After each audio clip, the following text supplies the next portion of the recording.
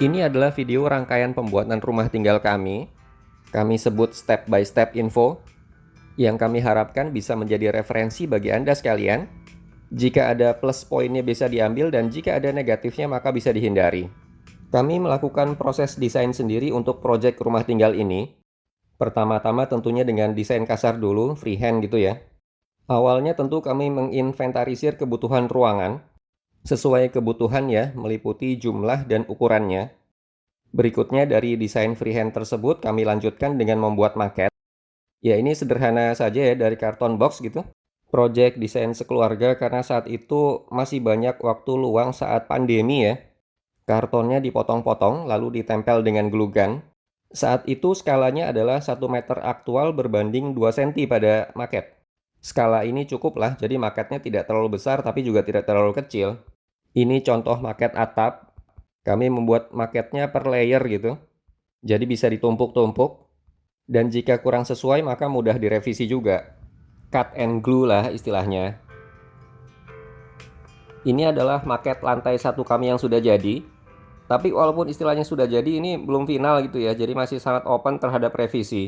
Inilah yang membuat kami cocok dengan metode maket seperti ini. Final computer design-nya nanti dibuat berdasarkan evaluasi terhadap maket ini. Ini contoh aja seperti terlihat di sini kalau tadinya tembok tapi terus setelah dipikir-pikir kok mendingan void ya, kosong gitu ya, tinggal dipotong saja bagian dindingnya. Tapi kembali lagi ke selera dan bagaimana yang metode termudah bagi masing-masing individu mungkin berbeda. Sekali lagi kalau bagi keluarga kami sih ini menjadi aktivitas yang menyenangkan dalam mengevaluasi dan merevisi maket tadi. Kalau yang tampak di sini adalah maket lantai 2. Ini bisa ditumpuk saja di atas maket lantai 1 yang tadi sudah ditunjukkan ya. Oke, setelah seluruh anggota keluarga setuju dengan desain maketnya, kami lanjut ke desain komputernya. Seperti tampak di sini ya, ini lantai 1, lantai 2, pondasi dan lain-lain.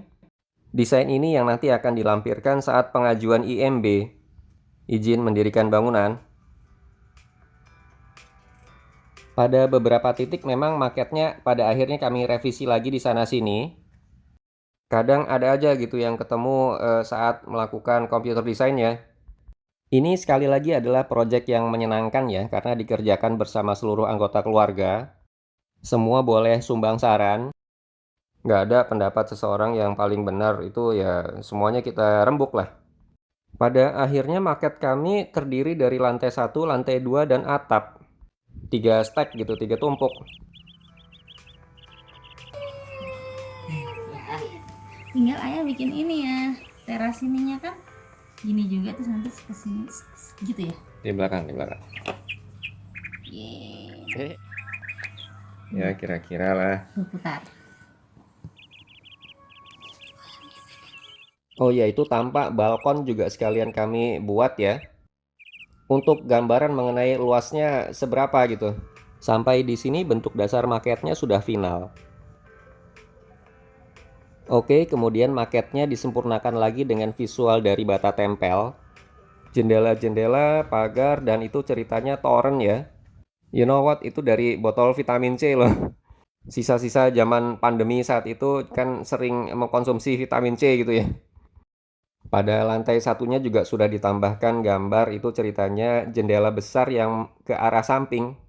Lalu tiang-tiang pada teras belakang juga sudah ditambahkan untuk memperkuat visualisasinya sih.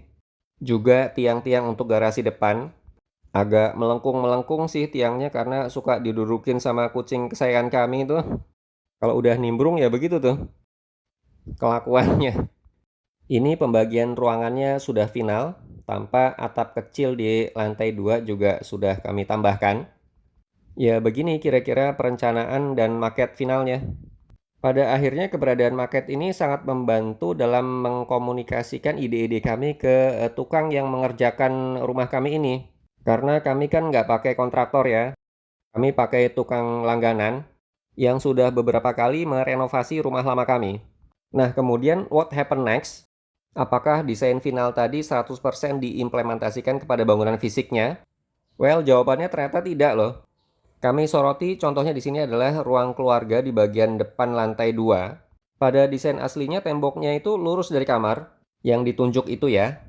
Namun saat pengerjaannya menjadi seperti ini nih, tampak ada sedikit maju gitu sekitar 1 meter ke depan. Selain agar ruang keluarga di lantai 2 ini sedikit lebih luas, juga karena dari segi kekuatan pondasinya juga memungkinkan gitu. Tampak di bagian tembok yang maju itu kami tempatkan MCB lantai 2. Kalau pandangan dari arah luarnya seperti ini nih. Ini bangunan jadinya. Teras di lantai 2 ini pun juga masih cukup lah, nggak terlalu sempit ya. Masih bisa untuk meletakkan cukup banyak tanaman di sini supaya adem juga nih. Nah, di sini tampak bagian tembok yang majunya ya. Perbedaan kedua adalah di bagian ruang wudhu lantai 2 di sampingnya kamar mandi. Ruang wudhunya yang ini.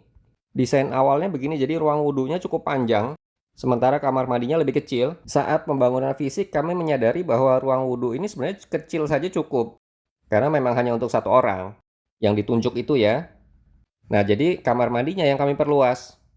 Ruang wudhunya kira-kira begini, simple aja sih. Cuma ada 1 keran, kemudian ada semacam tanggul gitu supaya air nggak nyiprat ke depan ya. Di sebelah kiri ini kami berikan gantungan gitu.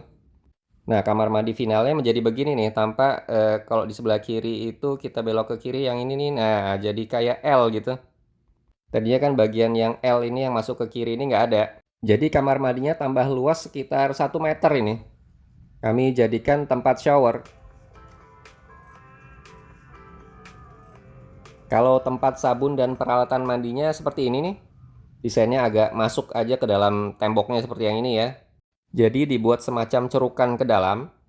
Di atasnya tetap kami berikan glass block, karena kami sukanya itu konsep ruangan yang terang, memanfaatkan sumber cahaya matahari dari luar, tanpa menyalakan lampu pun kalau siang hari masih cukup terang. Ini kelihatan handle pintunya masih ada plastiknya nih, belum kami bersihin sempurna.